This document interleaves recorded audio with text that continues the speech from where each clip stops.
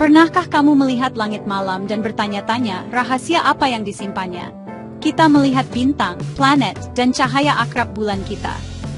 Tapi kadang-kadang, alam semesta mengirimkan pesan langsung kepada kita. Sepotong nyata dari dirinya sendiri, yang dikirim langsung ke depan pintu kita. Utusan ini adalah apa yang kita sebut meteorit, batuan yang telah melakukan perjalanan melintasi kegelapan ruang angkasa yang luas dan kosong untuk mendarat di bumi.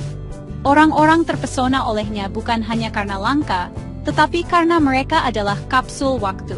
Mereka membawa kisah purba tata surya kita. Sejarah yang tertulis dalam batu dan logam menunggu kita untuk membaca naskah kuno dan mengungkap rahasia asal-usul kosmik kita sendiri. Rasa ingin tahu seputar pengunjung langit ini sangat mendalam dan sangat manusiawi. Bayangkan memegang benda di tanganmu yang lebih tua dari gunung manapun, lautan manapun, atau makhluk hidup apapun di planet kita. Beberapa meteorit berusia 4,6 miliar tahun terbentuk selama kelahiran matahari kita dan keluarga planetnya. Mereka adalah sisa-sisa bahan bangunan, puing-puing kosmik yang tidak pernah berhasil menjadi bagian dari dunia yang lebih besar. Dengan mempelajari komposisinya, struktur kristalnya, dan isotop yang dikandungnya, kita dapat menyusun kondisi tata surya awal. Ini seperti arkeologi kosmik, menggali sisa-sisa penciptaan untuk memahami dari mana kita semua berasal. Batuan dari langit ini secara fundamental berbeda dari batu apapun yang mungkin kamu temukan di halaman belakang rumahmu. Batuan bumi terus-menerus diubah oleh cuaca, air, panas, dan tekanan. Proses yang kita sebut siklus batuan. Tapi meteorit telah menghabiskan miliaran tahun dalam ruang hampa yang dingin dan steril, terpelihara dengan sempurna. Ini adalah sampel yang tidak berubah dari bahan mentah, yang membentuk segala sesuatu yang kita ketahui. Ketika kita menemukannya, itu adalah tautan langsung ke awan gas dan debu yang berputar-putar, nebula matahari, dari mana matahari kita, planet kita, dan bahkan tubuh kita sendiri pada akhirnya dilahirkan. Inilah mengapa para ilmuwan dan kolektor menghargainya. Mereka bukan hanya batuan, mereka adalah bisikan dari awal waktu itu sendiri. Jadi, ketika kamu melihat bintang jatuh, sebuah meteor, melintas di langit, ingatlah apa yang diwakilinya. Ini adalah sekilas pandang dari kisah yang jauh lebih besar. Sebagian besar partikel kecil ini terbakar habis di atmosfer kita, tetapi beberapa yang selamat dari penurunan yang berapi-api dan mencapai tanah adalah meteorit. Mereka adalah korban yang beruntung dari perjalanan yang luar biasa, menawarkan kita kesempatan untuk menyentuh kosmos. Daya tariknya adalah daya tarik yang tidak diketahui, janji penemuan, dan kesadaran mendalam bahwa kita adalah bagian dari alam semesta yang jauh lebih besar dan saling terhubung, di mana potongan-potongan dunia yang jauh dapat dan memang jatuh dari langit. Jadi, dari mana para penjelajah kosmik ini memulai perjalanan panjang mereka? Sebagian besar meteorit berasal dari wilayah ruang angkasa yang kacau dan luas, yang terletak di antara orbit Mars dan Jupiter. Ini adalah sabuk asteroid, tempat sampah kosmik yang luas yang dipenuhi jutaan benda batuan dan logam dari segala ukuran, dari butiran debu hingga planet kerdil seperti Ceres. Ini adalah sisa-sisa planet yang tidak pernah ada. Tarikan gravitasi Jupiter yang sangat besar, raksasa tata surya kita, mengganggu wilayah ini sedemikian rupa sehingga materi tidak pernah bisa menyatu menjadi satu dunia yang besar. Sebaliknya, fragmen-fragmen ini dibiarkan mengorbit matahari, bertabrakan satu sama lain selama miliaran tahun. Tabrakan inilah cara utama meteoroid. Istilah untuk batuan ini saat masih di luar angkasa, terbentuk. Bayangkan dua asteroid besar bertabrakan satu sama lain dengan kekuatan yang tak terbayangkan. Dampaknya menghancurkan mereka, mengirimkan potongan-potongan kecil yang tak terhitung jumlahnya terbang ke arah baru dan dengan kecepatan baru. Beberapa fragmen ini terlempar keluar dari orbit stabil mereka di dalam sabuk asteroid. Mereka terdampar, jalur mereka sekarang berubah, kadang-kadang menempatkan mereka pada jalur tabrakan langsung dengan planet lain, termasuk planet kita sendiri. Permainan biliar kosmik ini terus-menerus terjadi. Proses yang lambat namun stabil, yang telah berlangsung sejak tata surya masih muda, terus-menerus menghasilkan proyektil baru untuk perjalanan antar planet. Tapi sabuk asteroid bukan satu-satunya sumber. Beberapa meteorit adalah potongan-potongan dunia lain, seperti Media Group, Real Lunar Meteorite in Laboratory, Close-up of Moon's Surface, Astronaut on the Moon, Bulan Kita, atau bahkan planet Mars. Dampak asteroid besar di Mars, misalnya, bisa begitu kuat sehingga meledakkan bongkahan kerak Mars langsung keluar angkasa, sepenuhnya lolos dari gravitasi planet. Setelah berkeliaran di tata surya, kadang-kadang selama jutaan tahun, beberapa batuan Mars ini dapat ditangkap oleh gravitasi bumi dan jatuh ke permukaan. Kita tahu mereka dari Mars karena gas yang terperangkap di dalam kantung-kantung kecil di dalam batuan sangat cocok dengan atmosfer Mars yang telah dianalisis langsung oleh penjelajah kita. Ini adalah utusan yang sangat langka dan berharga dari tetangga planet kita. Selain itu, beberapa meteorit yang lebih rapuh dan berdebu berasal dari ekor komet yang dingin. Saat komet mendekati matahari, esnya menguap, melepaskan bu yang terperangkap dan batuan kecil yang menyebar di sepanjang orbitnya, menciptakan aliran puing-puing. Ketika bumi melewati salah satu aliran ini, kita mengalami hujan meteor, seperti Perseid pada bulan Agustus.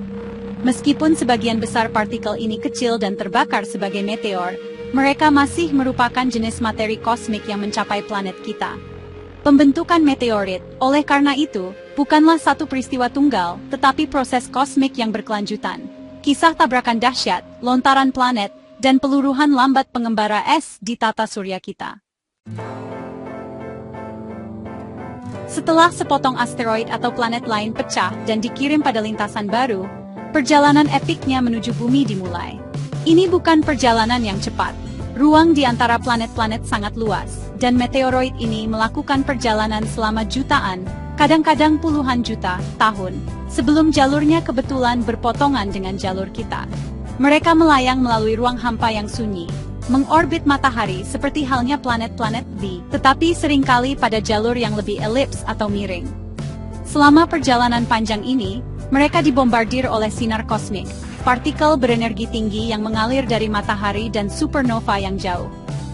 Radiasi konstan ini mengubah permukaannya dan menciptakan isotop unik, yang kemudian dapat digunakan oleh para ilmuwan untuk menentukan berapa lama batuan tersebut telah terpapar lingkungan luar angkasa yang keras.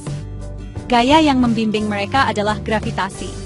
Meskipun jalur meteoroid mungkin tampak acak, ia selalu diatur oleh tarikan gravitasi matahari, dan pada tingkat yang lebih rendah, planet-planet besar seperti Jupiter.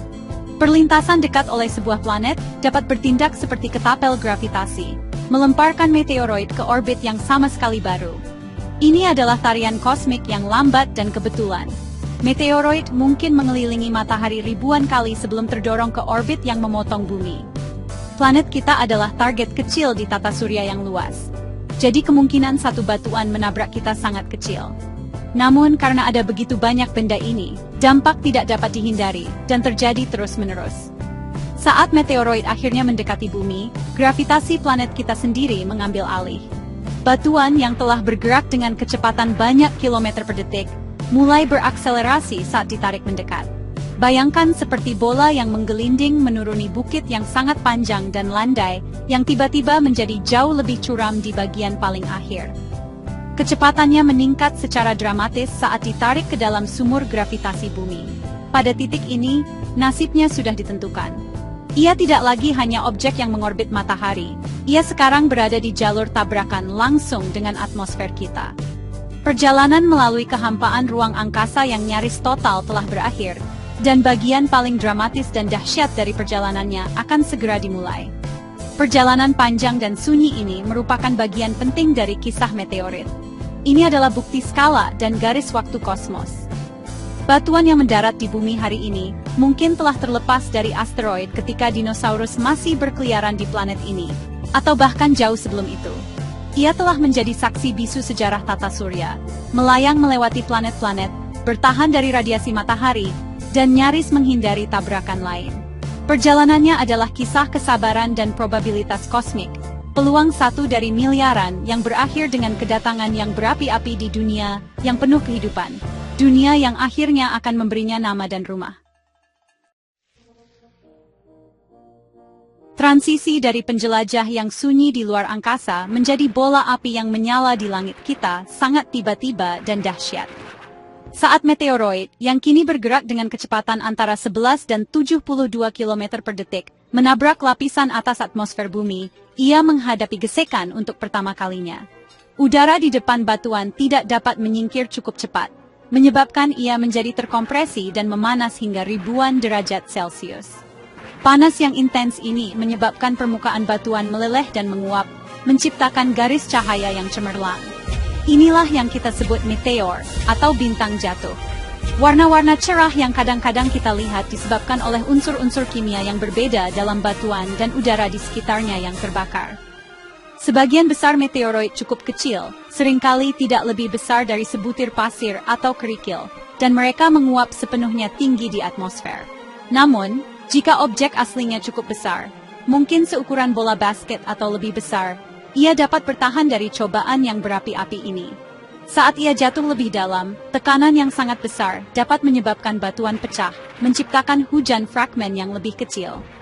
Orang-orang di darat mungkin mendengar ledakan sonik, suara gemuruh seperti guntur yang jauh, yang merupakan gelombang kejut yang diciptakan oleh objek yang bergerak lebih cepat dari kecepatan suara. Ini adalah tanda yang jelas bahwa meteor besar telah lewat di atas kepala, dan bahwa potongan-potongan mungkin telah selamat untuk mencapai tanah. Selama beberapa detik terakhir jatuhnya, objek melambat secara dramatis karena hambatan atmosfer.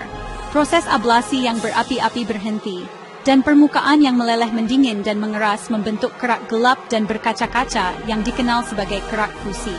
Lapisan tipis yang menghitam ini adalah salah satu fitur utama yang digunakan untuk mengidentifikasi meteorit. Setelah perlambatan ini, batuan hanya jatuh sisa perjalanan ke tanah di bawah tarikan gravitasi, fase yang dikenal sebagai penerbangan gelap karena tidak lagi bersinar. Ia mendarat di permukaan dengan kekuatan tidak lebih dari jika dijatuhkan dari gedung yang sangat tinggi. Pada saat ini, ketika akhirnya beristirahat di permukaan bumi, namanya berubah untuk terakhir kalinya, dari meteoroid menjadi meteor, dan sekarang, akhirnya, menjadi meteorit. Salah satu fakta paling menarik tentang kedatangan langit ini adalah seberapa banyak materi yang jatuh ke bumi. Para ilmuwan memperkirakan bahwa setiap hari, planet kita dihujani lebih dari 100 ton debu dan partikel dari luar angkasa. Sebagian besar ini adalah debu mikroskopis yang mengendap tanpa disadari. Menemukan meteorit yang lebih besar, yang dapat kamu pegang di tanganmu, masih merupakan peristiwa yang sangat langka dan istimewa. Batuan ini adalah hadiah dari kosmos, korban kelahiran yang berapi-api, perjalanan yang panjang dan sepi, dan masuknya atmosfer yang menyala, membawa serta rahasia kuno tentang bagaimana tata surya kita dan dunia kita terbentuk.